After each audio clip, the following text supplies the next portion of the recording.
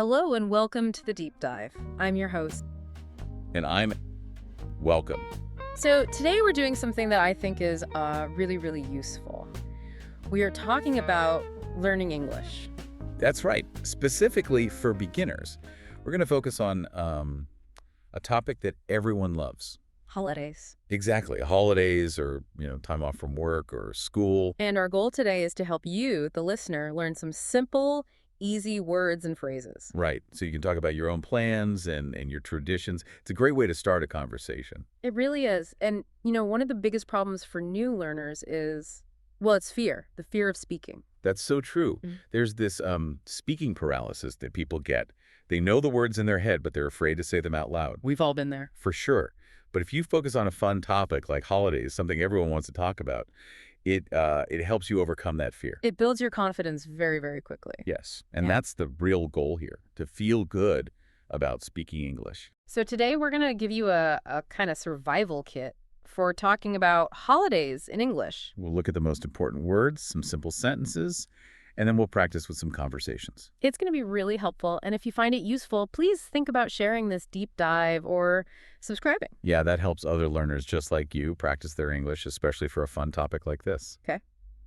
Are you ready? I'm ready. Let's begin. All right, so let's start with the most important part. The words, the core vocabulary. You have to start with the words. And for beginners, it's really important to choose the right words. Words you can use all the time. Exactly. High-frequency words. We have 5 of them today. They are like the building blocks for your conversation. Okay, so what's the first one? The first word is a very big idea. The word is time. Time. T-I-M-E. Right. And we use this word to talk about, a day, a week, a month, a year. And when we talk about holidays, we are talking about a special kind of time. We are. We're talking about time off. Time off from work. Time off from school. It's your free time. Yes. So this word is super important. Let's practice saying it. First, at a normal speed. Ready? Time. Time. Good. Now let's say it very, very slowly so you can hear every sound. P-me. T-me. Perfect. Okay, I like that. What's the second word? The second word is plan. P-L-A-N. Plan. Yes. A plan is just an idea. It's what you will do in the future. So on a holiday, you make plans. Exactly. You can say, I plan to travel, or I plan to rest. It's a very simple way to talk about the future. That's really useful. You don't need complicated grammar, just I plan to. That's the idea. Keep it simple. So let's say the word normal speed, plan. Plan. And now very slowly. Ready? Plan. Plan. Excellent. Okay, that's 2. Time and plan. What's next? Next is a word everyone knows and loves. Family. Family. F-A-M-I-L-Y. Yes. Your family is, the people who are closest to you. Your mother, your father, your brother, your sister. And holidays are very often about family, right? Very often. You spend time with your family. So this word is essential. Let's practice it. Normal speed first. Family. Family. And now, let's do it slowly. Let's break it into parts. Family. Family. Great. You can really hear the sounds that way. Okay, that's 3 down. We have time, plan, and family. What's number 4? Number 4 is about action. It's about movement. The word is travel. Travel, T-R-A-V-E-L. Right. To travel means to go from one place to another place, usually a place that's far away. Like visiting another city or in the country. Exactly. It's a very common holiday activity. So let's say it. Normal speed. Travel. Travel. And now slowly. This word has 2 parts. Listen. Travel. Travel. Travel. Perfect pronunciation. All right, we have one more word left. What's the last one? The last core word is very similar to travel, but it's more specific. The word is visit. Visit. V-I-S-I-T. To visit means to go and spend time with a person or to spend time in a place. Ah, okay. So you might travel to a city, but you visit your family in that city. That is a perfect way to explain it. Yes. You visit people and you visit places. So it's a really important action word for holidays. Very important. Okay, let's say it. Normal speed. Visit. Visit. And now slowly. Let's stretch it out. Visit. Visit. That's it. So those are our 5 words. Time, plan, family, travel, and visit. If you know these 5 words, you can already say so much about holidays. You really can. They are the foundation. Okay, so now we have our 5 key words, but words are just one part of it. That's right. You need to put them together. You need to make sentences. And for beginners, we want to keep the sentences Well, very simple. very simple. The goal is to communicate clearly, not to be perfect. So we use simple patterns: subject, then verb. Let's start with 2 very powerful verbs, like and want. Yes, these are great because they help you share your feelings and your desires. So how can we use like? It's very easy. You can just say, I like holidays. I like holidays. That's a great sentence. It's simple, and it tells people something about you. Exactly. And what about want? Want is for something you desire, something you wish to do. So you could say, I want to rest. Perfect. I want to rest. Hmm. To rest is the opposite of to work. It's a great holiday word. So I like and I want to. 2 really useful structures. They really are. Now, let's talk about activities. How to say what you do on holiday. Okay, so we can use our core words here, right? Yes. We use the same simple pattern. Let's take the word travel. I travel with my family. Beautiful. That sentence uses 2 of our core words, travel and family. It's so clear. And it tells a whole story in just 4 words. It does. Let's try another one. What if you go to a new place? You could say, we visit the city. We visit the city. Again, simple, clear, and easy to understand. What about something you do at home? Good question. You could talk about food. Everyone loves food. So you could say, I cook special food. Yes, I Yeah. cook special food. That's a wonderful way to talk about a holiday tradition. So all these sentences follow that same simple pattern. I do something. We do something. Exactly. Keep it simple. Now, there's one more important thing. We need to talk about describing things. Describing, like saying if something is big or small or warm or cold. Precisely. And for that, we need a very special verb, the verb to be. To be. I am. You are. It is. That's the one.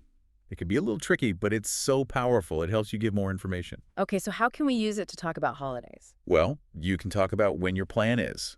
For example, my plan is next month. My plan is next month. Okay, that makes sense. The word is connects the plan and the time. It does. Or you can describe the weather. This is very common when you travel. You could say the weather is warm in summer. The weather is warm in summer. Or the weather is cold in winter. You are describing the condition. It adds so much detail. It really does. It takes you from just saying what you do to describing what the experience is like. Exactly. Now, there's one last piece to this puzzle. What's that? We need to know how to ask a question. Ah, that's so important for a conversation. It is. And we're going to learn the most important question for this topic. Are you ready? I'm ready.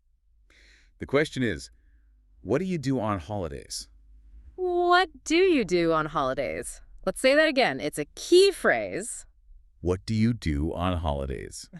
You can ask this to anyone. And what's a good, simple answer? A great answer would use some of our key ideas. You could say, I relax and spend time with my family. I love that answer. It's simple, and it gives a lot of nice information. It's the perfect model. You have an action, relax, and then you have a social activity, spend time with my family. So with these simple sentences and this one key question, you can have a real conversation. You absolutely can.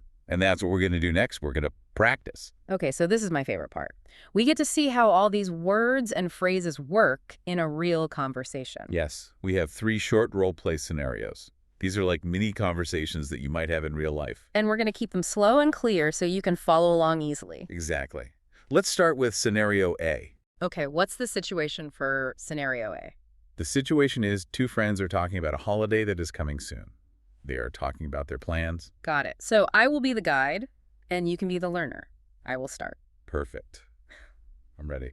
Do you have plans for your time off? Yes, I do. I want to travel.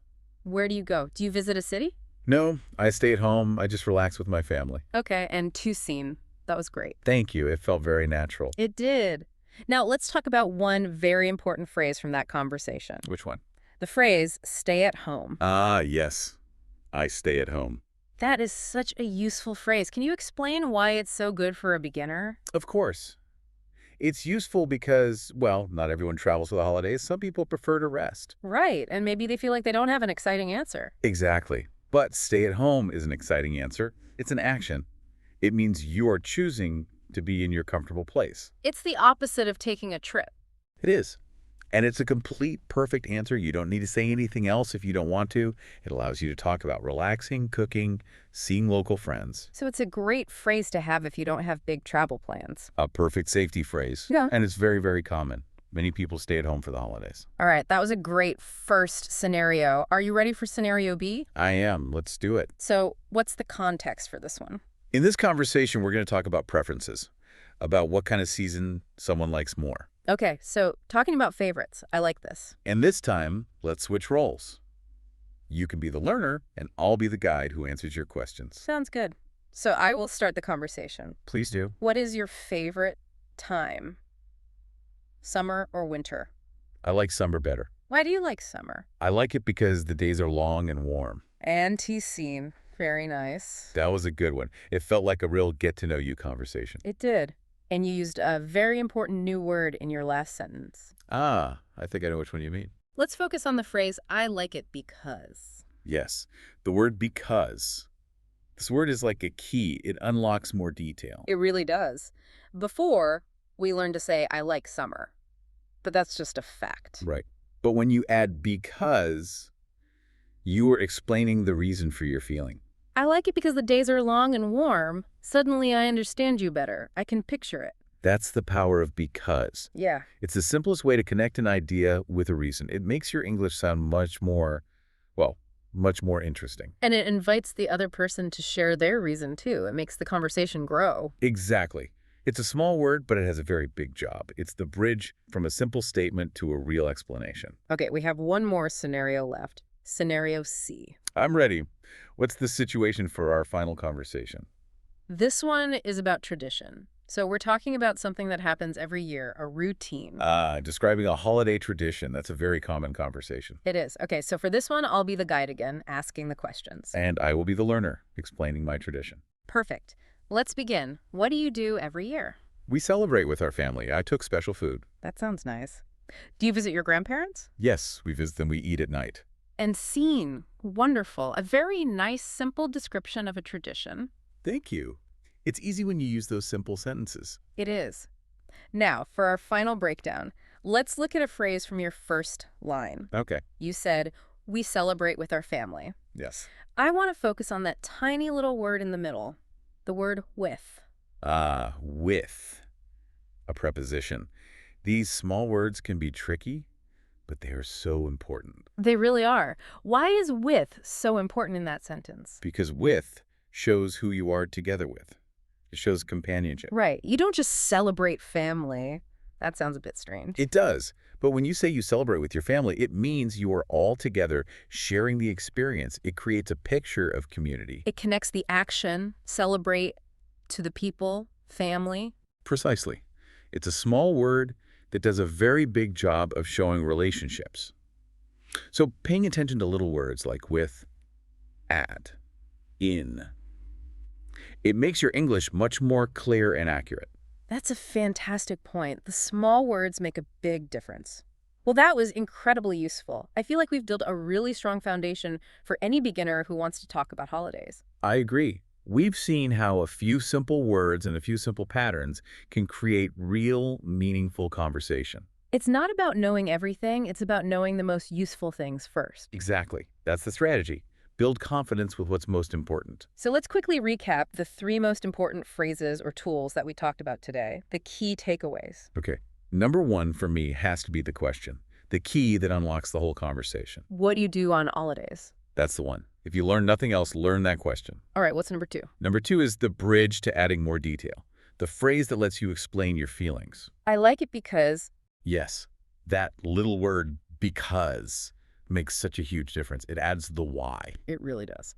Okay, and what's our 3rd key takeaway? The 3rd one is a model sentence that combines an action, a preposition, and your social circle. I travel with my family. Exactly.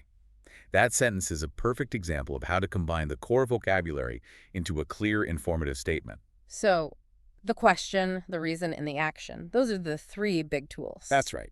Now, we have a challenge for you, the listener. We've talked a lot, and now it is your turn to speak. Yes. This is called output activation. It's when you move knowledge from your brain out through your mouth. It's a critical step. So we want you to say a short description out loud right now. Don't be shy. We've put together 3 simple sentences for you to practice. They use the ideas we learned today. I'll say the first one. Okay. I like holidays. Now you say it. Your turn. And the second sentence, I relax and spend time with my family. Say it out loud. And the last one. I celebrate in a simple way.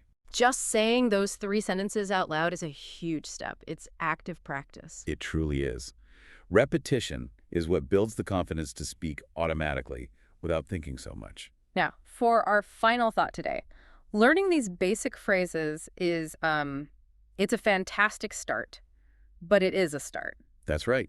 The journey to fluency requires constant practice and, very importantly, interaction. You need to find places where you can use these sentences and get feedback. There are some great tools for that.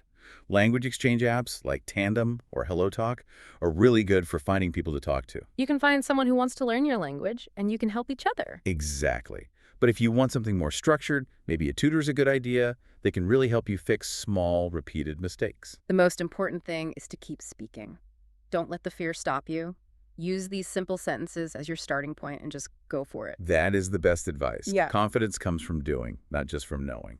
Thank you so much for joining us for this deep dive. We really hope it was helpful for your English journey. We do. And if you enjoyed it, please remember to subscribe or share it with a friend. And for your final piece of practice today, leave us a comment. Use that powerful phrase we learned. Yes. Tell us. I like summer because, or I like winter because. And give us your reason. We would love to read your answers. Keep practicing, keep speaking, and we will talk again soon. Goodbye for now.